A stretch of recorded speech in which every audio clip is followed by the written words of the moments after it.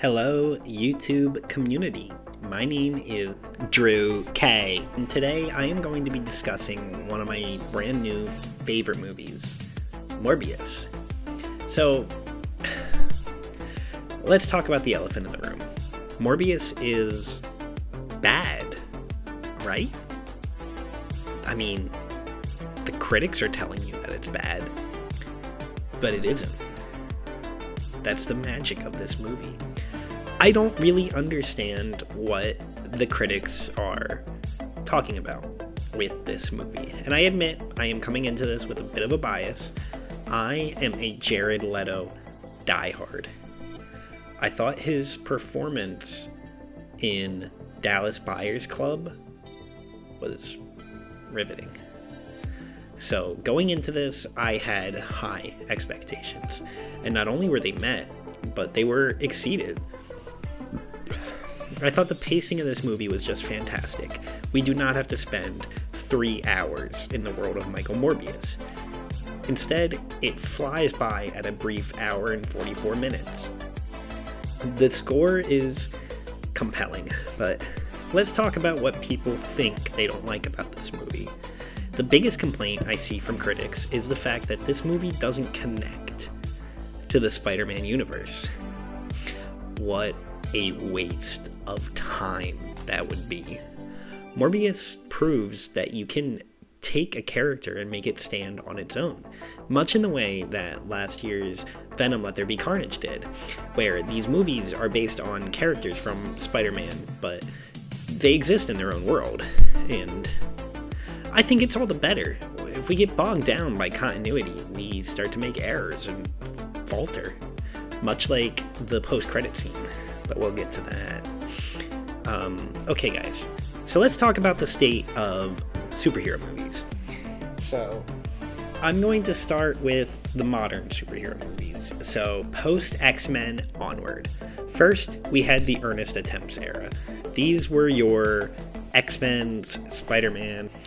These projects were developed before we really understood what a superhero movie could be. That all changed in 2008. Due to 2 movies, Iron Man and The Dark Knight. Both took a realistic and grounded approach to the comic book movies, but done in a different way. The first Iron Man isn't a dark movie, but it's much more realistic than the MCU would become.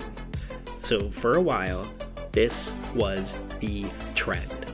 We had to go dark and gritty, and I'll admit, we got some really good movies from this style, but we also got some terrible ones. This is the reason why The Amazing Spider-Man was what it was. Then we get to 2014 era.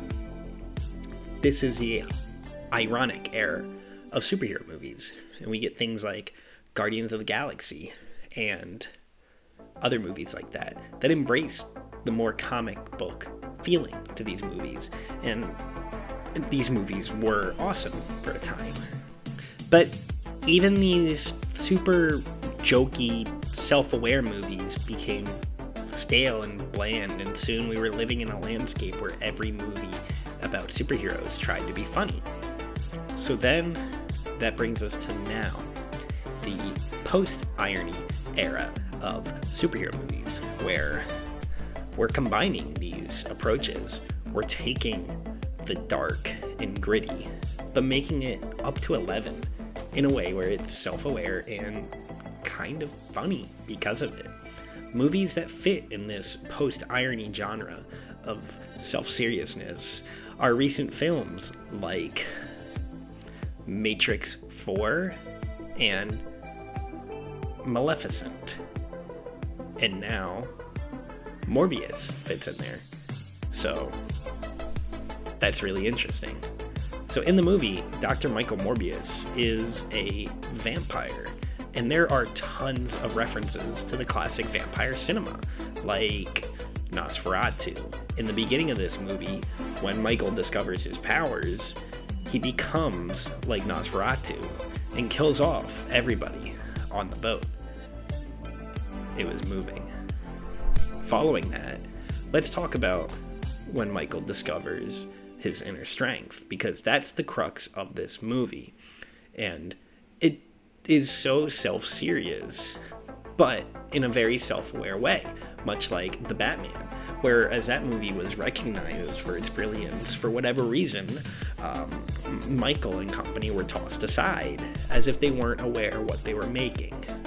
This is a vampire movie in 2022. They were very aware of how goofy this premise is, but I'll admit, I'm not much of a movie guy. I am definitely, though, a comic guy, and I know about these comic books, and this is one of the most comic-accurate movies I've ever seen, and that definitely aids the film in becoming better than it could have been.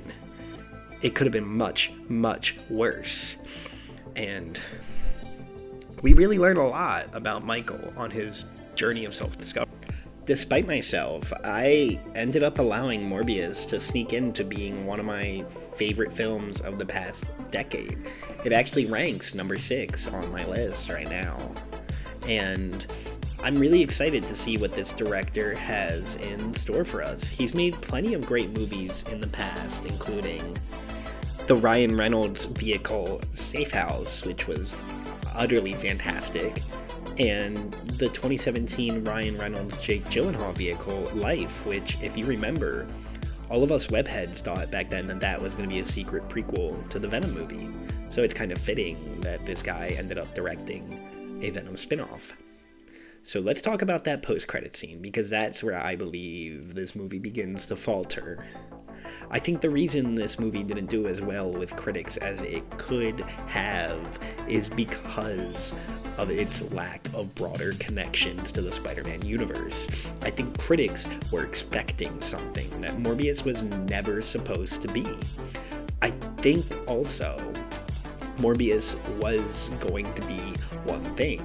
It's no secret that the film has been delayed up to 9 times, but possibly more behind the scenes that we don't know about.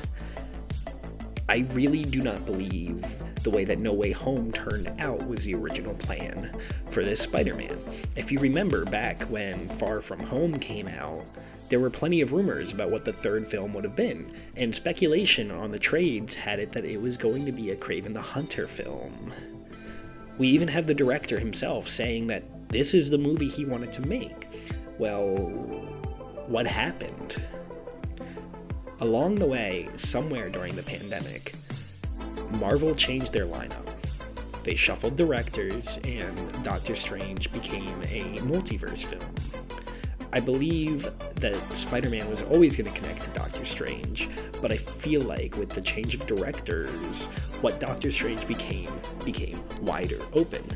I believe Morbius was written and filmed at the time where Spider-Man was set to be a Kraven the Hunter film. And if Spider-Man 3 were to be a Kraven the Hunter film, we never would have gotten this multiverse thing.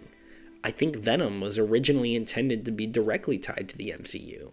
I feel like Kevin Feige just saw an easy way out to disconnect the Venom universe from his universe by having Venom be a different dimension.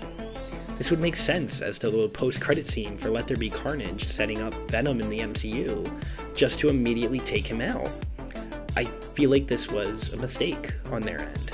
Well, maybe not a mistake, but I feel like they were playing games behind the scenes. So where does that leave Morbius? Somewhere along the way, Morbius was definitely written before Spider-Man became a multiverse film. And I feel like it was filmed before Spider-Man became a multiverse film. Spider-Man ended up coming out first. And with Morbius being delayed the same weekend Spider-Man came out, it feels as if Sony executives didn't even bother watching this movie. And it was filmed with the impression to make it connected to the Venom universe, which in turn would be connected to the larger MCU. That's why in early trailers we were setting things up like the Oscorp building and a connection to Venom.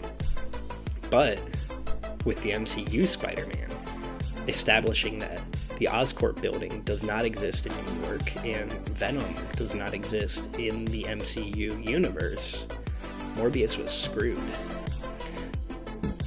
The film was delayed until April, I believe, to edit out every reference to Spider-Man and rework the Michael Keaton scenes into something that was a multiverse accident. I believe if this didn't happen, the people would recognize the brilliance that is Morbius. I was lucky enough to go into this movie knowing that it wasn't going to be connected to the Spider-Man universe at large. And I feel like if every fan went into it this way, they would recognize that what we have is a classic Dr. Jekyll and Mr. Hyde story about a man struggling with powers that he didn't ask for, but he has anyway because science went too far. And somewhere in that balance, he has to figure out who he is amongst it. It's the classic duality tale that we all understand. There are two halves within us, our monster self and our waking life self, and it's up to us to struggle to find the difference. And Morbius reflects that, and we reflect that when we see Michael's journey, which is self-evident of our journey. And it's really brilliance in a way that I don't know if I can express in more words than I've said. And guys, if you haven't seen Morbius, definitely check it out. The critics are wrong.